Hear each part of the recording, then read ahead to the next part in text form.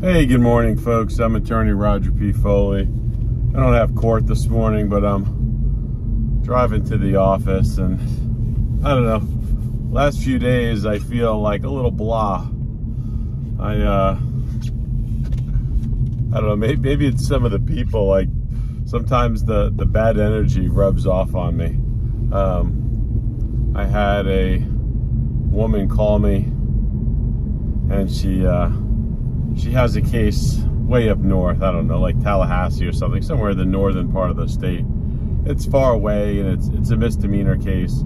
And I said to her, hey, you know, I could help you, but the reality is you're probably better off. It'd probably be a little cheaper if you found someone local. If you can't find someone local, give me a call. But you know, I'm in West Palm Beach, and you know, I don't know, she's in the Panhandle or something.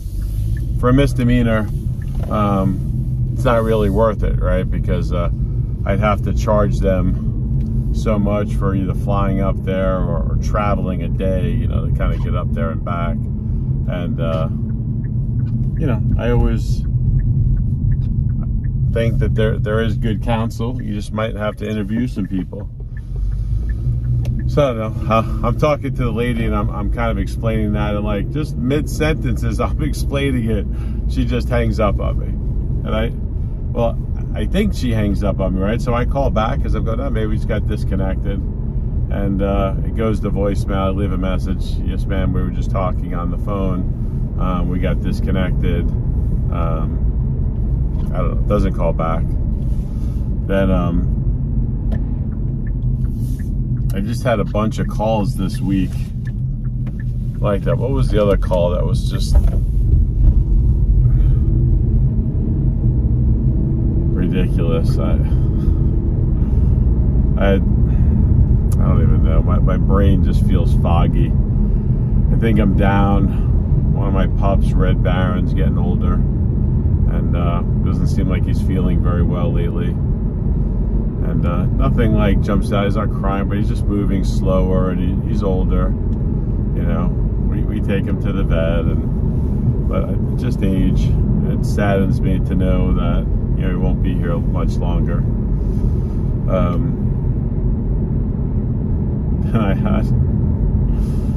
I think I got duped on a case. I met with a client, and I listened to their story, and I was like, okay, you know, I see an angle to it. I don't want to be specific, but I see some issues. I believe the person, and I take the case. I help them, and what happens a very short time later is they get arrested for a very serious crime, same type of crime. I was very fortunate to get the first case dismissed, and really didn't want the second case because you know, sometimes you just don't want a case. So I, you know, told them, hey, it's not really, I think it's going to be a very difficult case. It'll be very expensive, time consuming. I don't think I have the time. They asked for a quote, but again, I was trying to politely reject the case. I just didn't line up with what my heart was telling me, what my intuition was telling me. And so I quoted a ridiculous price, you know, price that would just, you know, and they went with another attorney. That's wonderful. Hope that attorney does great things for them. But they still have a balance on the case that that I represented them on, and now they seem like they're bailing out on payments and saying I didn't speak to them enough. And I'm thinking, well, I probably got about 30 calls with them, and and I got their cases, the ones I represented them on, closed. I don't know, from beginning to end within 90 days. But of course, you know, I get the email, oh, you're not giving us enough time, and you're not doing this. And I'm like, well, in my mind, I'm going, well, one case is dismissed, the other case, you know, paid a fine. You know, cases are over, the cases are closed. What else is the attorney supposed to do? Like, the case is closed. Again, I didn't want the other case, and feel real fortunate that I was able to get the case dismissed that I was on. So I don't know, I already know they're gonna give me problems, already setting up the email to make an excuse for payment even though the cases are closed. And I had somebody else call and asking me questions, and I just go, okay, you know, this is what it is, and I'm trying to help the person, and they're facing a life felony, and I guess their attorney withdrew from the case for whatever reason. It's usually financial. Sometimes it's like you can't have a meeting of the minds. Talked about withdrawing from cases before, and you know, this potential client lays out the facts and what the offer is. And this person's facing life in prison. And I just felt very empathetic, very compassionate for the person. So, you know, I do a 15-minute free consultation, but I ended up on the phone with them probably for about 45 minutes. Talked to them about what the police report said, about the facts, their version, and I explained to them that, you know, they had several counts, that I think it was highly likely that based on their statements to police, their confessions, the video cameras, etc., that they would be convicted of at least one of the charges. If you're convicted of one of the charges when you're dealing with such a serious case, the case is, there's a risk. And it seems like the state attorney's office is trying to throw them a bone and offer them a misdemeanor case where they take, you know, maybe like an anger management and something like that, some community service hours, you know, probably a withhold, maybe an adjudication, but a misdemeanor keeps them out of prison. But the person rejected that, and that's their right. They have their right to have their day in court. But sometimes it's, for me, I think it's like taking the energy away, right? Because I spend the time with clients, non-clients. A lot of people call the office. I give a lot of advice during the week, and I don't know, I think this week it just seems to have pulled me down a little bit. Like I said, kind of dealing with the dog situation, and I'm worried about my little buddy Red Baron. But sometimes the job's just tough. You know, I get calls and you try to explain something to somebody, and they start telling you the law and what the issues are in the case. And for me, you know, listen, I'm always open to listen, potential client, a client. But if you can do the job yourself, representing yourself pro se, or you just kind of know it all, then what do you need me for? I had a guy call just a few days ago, and he started off the conversation with we're 92% complete. The case is 92% complete. So I'm thinking, like, 92% complete, what does that mean? So I asked him some questions, and he's telling me about the case, and very unique case. And his attorney filed a motion to dismiss, which is, you know, very difficult to get done. But, you know, if the facts of the case say something, and even if those facts are true and it's still not breaking the law, it doesn't meet the elements of the crime, then, you know, a judge can dismiss. So I'm talking to this guy, and it's 92% complete. So I said, okay, well, where you at? Well, they filed the motion, but that was denied. Go figure. Depositions were taken, and he has discovery. And I said, well, sir, now you're facing a trial or a plea bargain.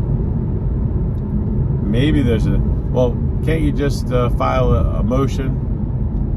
Well, you know, it's 92% complete. Well, I don't know if your attorney took good depositions. I don't know if he asked the right questions or she asked the right questions. If she didn't, there's a mechanism. I can file a motion to ask for a second deposition. It's rare, but I have had it done. I've been in that situation before where I get a transcript and there's literally, like, it's horrible. It's like, hey, how are you? And asking questions that really don't bring any enlightenment to it. And then what I have to do is, in that case that I did that, I had to write out the questions that were not asked and basically give the state and the witness an opportunity to study my questions prior to the depo, because the judge wouldn't do it unless I pointed out specifically what I did, and she literally wanted to know the questions that were not asked, in my opinion. Ultimately, the judge agreed with me, but it gave the prosecutor, right, my questions, and of course gave the witness my questions. So, you know, sometimes it takes a month to get a depo coordinated, or 2 months, and they had that. So I was kind of explaining to the client, or the potential client, like, your case isn't 92% done. Basically, you're nowhere. You got your discovery.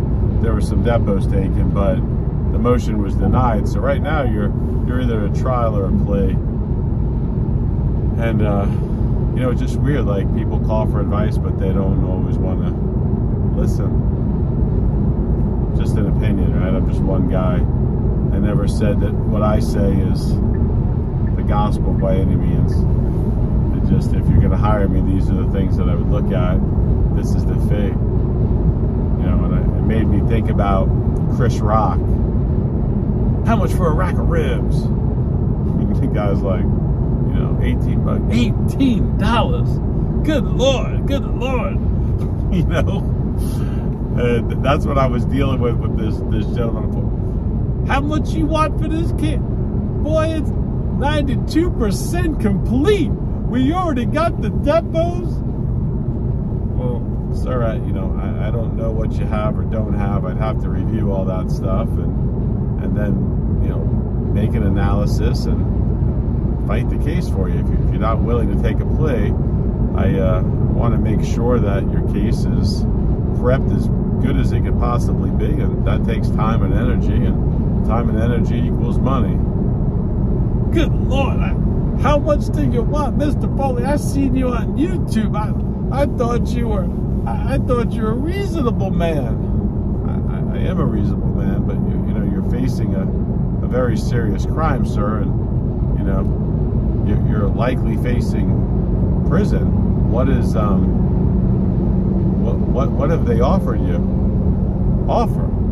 Oh, this case has been going on for 2 years and I ain't got no offer. Well, sir, respectfully, usually the state attorney, even on serious cases, you're usually going to see an offer within 90 days. Sometimes it could take up to 6 months, I guess, depending on what's going on. But you know, your case scores prison. It's a very serious charge, and you got some criminal history. Well, could you do it for $5,000? I go to trial and possibly take depositions, file another motion, and on a first-degree felony where you're facing 30 years, no, sir, I wouldn't be able to do that. Good Lord, could you just file the motion for me? No, that's unbundling of legal services, sir. You can do that in family cases, but in criminal cases, like, I can't just be hired to just do a bond hearing or just to do a motion to suppress. When I take the case, the Florida bar expects that I'm going to go from A to Z, and I'm going to do everything in my ability to give you a proper and solid defense. Oh, I mean, it was just wore me out listening. I mean, I wanted to laugh at times because I just kept thinking about Chris Rock going, "How much for one rib? What? How much for some of that sauce, that barbecue sauce? What if I just lick your finger a little bit?" Like, that whole seed was going through my mind, and I just was like, "Sir, I mean, you know, this is what I've been looking at. This is the best that I could do. Here's my number." And then I don't even remember how it ended. I think he was another guy that hung up. I just was like, "You guys saw The Green Mile, right? The big dude in the jail cell. I'm like another big dude, but I'm trying to keep you from the jail cell." And it just it wears you out sometimes. You know, sometimes you get a case dismissed. I remember a case in Miami. The judge yelled at me. The client, I'll just tell you this. This guy calls me up, and he's been arrested for stabbing his girlfriend. Right, and you know, it's a very serious case. So the facts of the case, at least the way the police report writes them, is him and the girlfriend or the wife are having an argument, and he takes out a knife and he stabs her through the hand. And he does take her to the hospital, but he flees the hospital, and then he flees the country. Of course, he comes back a few years later, and of course, they catch him at the airport. He's arrested. I don't remember him, family, whoever hired me, paid me a bunch of money to fight the case. I listened to his facts of the case, and they're a lot different from the police report, and I think that there's a legitimate argument. I end up taking... the victim reaches out to me and tells me her version of events, which are very close to his version of events, that they were in an argument. He did have a knife. He was cooking.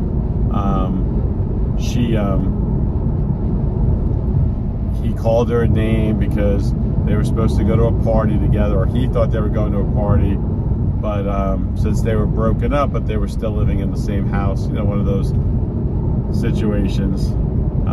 He's cooking, thinking, okay, well, I'm about to get ready. And she's like, well, what do you mean, get ready for what? She's like, well, aren't we going to the, I don't know, whatever, like the office party? And she's like, you're not going. We're broken up. I'm going with Billy. And, you know, he calls her a name, and you can imagine the names, and there's an argument. Well, he's cooking, and he's chopping onions and tomatoes, and she comes over, and I guess she goes to slap him, and they both end up tripping and falling. He falls on top of her, and when he looks, she had fallen back like this. He had fallen on top of her. The knife had gone through her hand. It was, at least from their statements, his and hers, it was not an intentional crime. It was, yes, they were in an argument, but there had been no violence before that, etc. When they tripped, when she slapped him for calling her, you know, the S word or whatever, the knife went through her hand. And then she told him, when he's like, she explained to me his face, like, oh my God, like I didn't mean to do it. And you know, he takes her to the hospital. And when he gets her to the hospital, she looks at him and goes, run, like they're gonna arrest you. So he runs and he flees the country.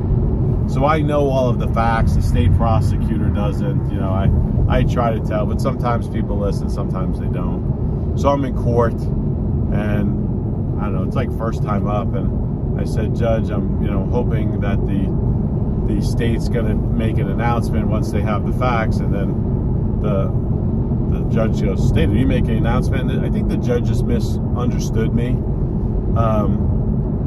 And maybe I was arrogant. I didn't mean to be, but you know, maybe I can become arrogant sometimes. But in my mind, I was like, well, they're going to have a difficulty with this. And I think if they hear everything and know what their victim is telling, and you know what the situation actually was, there's a good chance that they'll get rid of the case, especially in Miami. So the judge says, State, are you making an announcement on this case? And State goes, no, Judge, we have no intention to make an announcement. And the judge like literally stands up and, you know, behind the big desk, and he's, Mr. Foley, I don't know what your issue is, but this is a serious case. I mean, you know, there's an allegation of one person stabbing another, and you're making it like the case is just going to go away. I mean, I didn't respond. I just said, well, the judge was so arrogant that day. That's how I took it. He was so volatile and sort of yelling. I said, well, Judge, respectfully, there's two sides to every story. And right now, the state has the police has the police report, and I have a little bit more information, and I think that'll come out once I'm able to talk to the state, once the state's able to talk to the victim, etc., etc. Anyway, Judge wasn't happy with me. The case was reset for, you know, like 3 months. Depots are taken. Good morning, Judge. Roger Foley on behalf of the defendant, you know, whatever. Mike Smith. Judge looks at me with that eye and goes, what are we doing today, sir? I go, today I think the state's making an announcement, Judge. And he looked at me, and he looked at the state. That's correct, Judge. The state's going to be making an announcement on Mr. Smith's case. We're going to dismiss the case. I tried not to smirk, but I wanted to.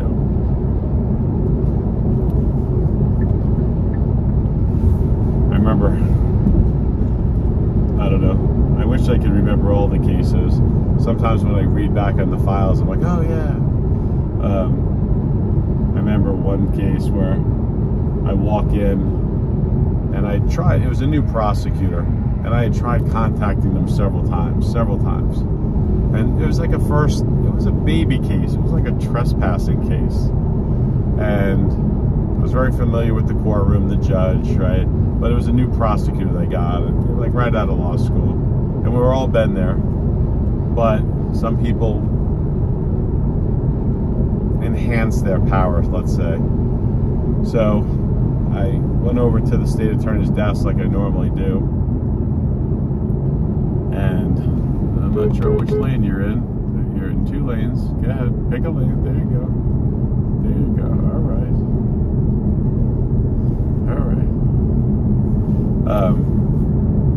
It's always odd when someone's driving in 2 lanes down 95, but so anyway, I went over to the prosecutor. I was like, hey, how are you?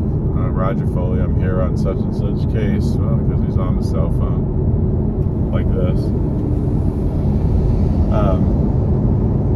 You know, I've reached out to you. I needed an offer on the case. And this prosecutor, it's a female. She's like, it's an adjudication, a year of probation, take it or leave it, you know, with that, the arrogance of youth. We've all been there. I've been there. Sometimes you think you know it until you realize you didn't know it. And she was just rude. And I'm going, I don't know why she's being rude. I didn't say anything rude. I wasn't sarcastic. I didn't tell her, hey, you know, you're just getting out of diapers. I didn't say anything. Maybe she could read my mind. I don't know. But I was like, what? You know, you don't respond to emails. You don't respond to phone calls. Like, I'm asking you in court, what's the offer? take it or leave it, like, you know, with arrogance. Like, okay. So I just walked up and I said, good morning, Judge, how are you? And she goes, I'm doing well, Mr. Foley, how are you? I said, Judge, I have Mr. Smith. Everyone's Mr. Smith for me. Mr. Smith. I have Mr. Smith on page 15 of your docket. Judge, this is the second time up. The state's made an offer, but I'd just like to ask if the court would consider an open plea. I'm looking for a withholding court cost. It's my client's first case. Diversion wasn't permitted. State's made an offer, but we disagree with the offer. So we're going to ask the court if the court would consider an open plea to a withholding court cost. And the judge just goes, granted. Then the prosecutor just, well, Judge, I don't even get to be heard. I object. Okay, state what's your objection? Well, Judge, when you look at the facts of the case, we think that an adjudication and 12 months of probation is a fair sentence on this case. Judge looks over at the PC, and then she goes, does he have any prior criminal history? No. Mr. Foley, your request is granted. I'll do withhold court cost. Thank you. Have a great day. I smirked on that one. Every once in a while you got to smirk, but I've also had some of the kindest judges and some of the kindest prosecutors.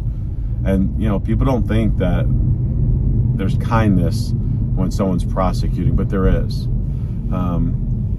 You don't think of judges as being kind, like they're, right? I had a woman who was elderly. I think she was in her 80s. And she was charged with stealing from Nordstrom's. Let's see if I can get some gas here. Since my thing just clicked on and I think I need gas. But anyway, so I go to the state attorney's office and I had explained my client's situation. It was even a hard story for me to fathom until I requested documentation from my client. My client told me that she had been going to Nordstrom's for several years, and that she spent on average about 10 grand every month or two. And I was like, okay, but you, like, in my mind, I'm like, and you walked out with a pair of shoes? Like, but she was an old lady. She was very nice. And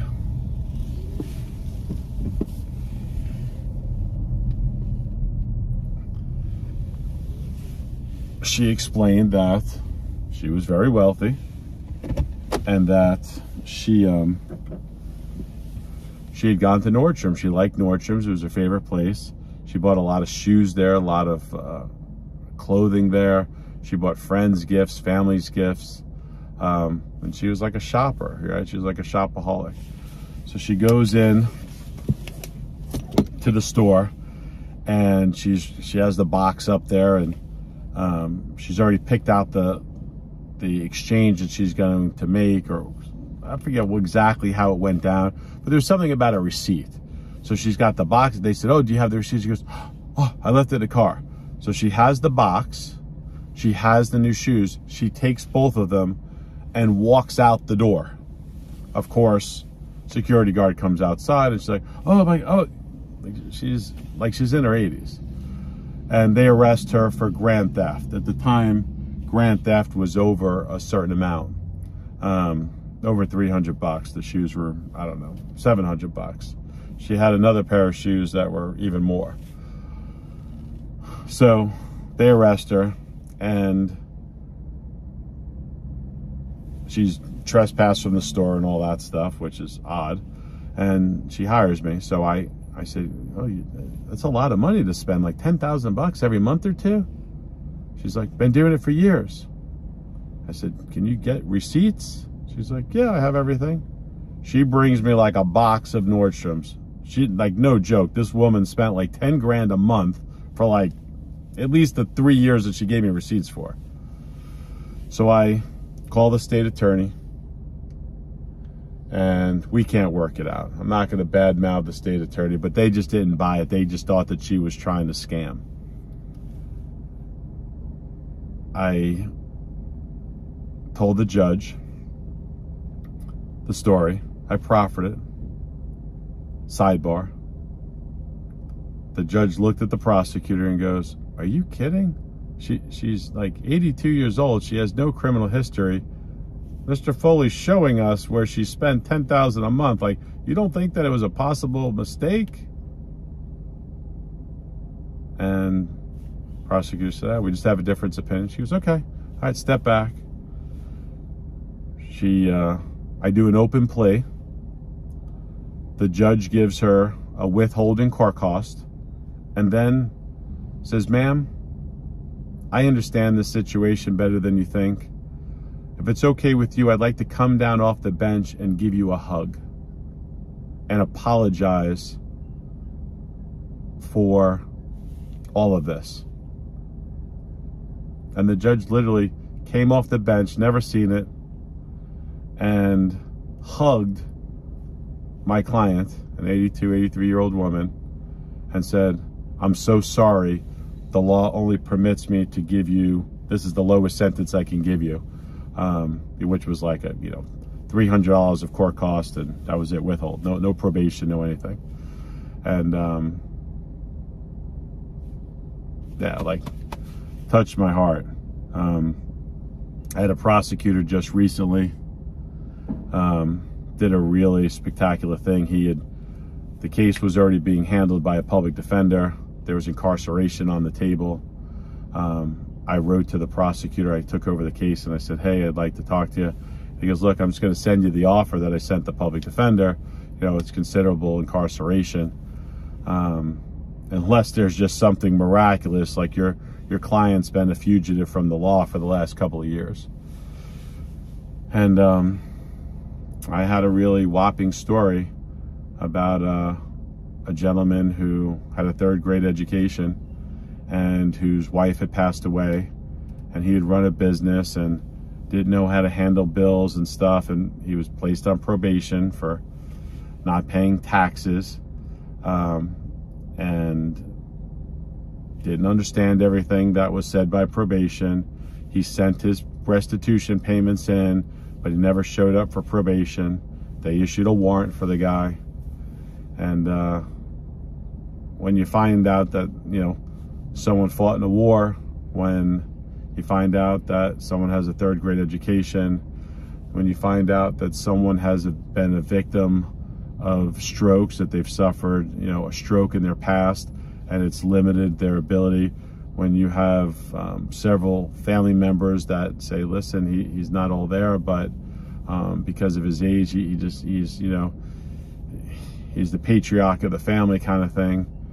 And, he just refuses to go to the doctor. He thinks he's okay, but like he forgets everything, and we'll ask him, something, "Hey, did you do this?" And he's like, "Oh yeah," and then he forgot.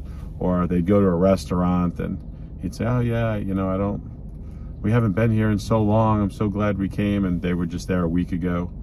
And you explain that all to a prosecutor, and you provide evidence of it, and the prosecutor goes, "Okay, but let's not talk about the tragedy that occurred," meaning, the person that represented him before that didn't bring any of this stuff to his attention, right?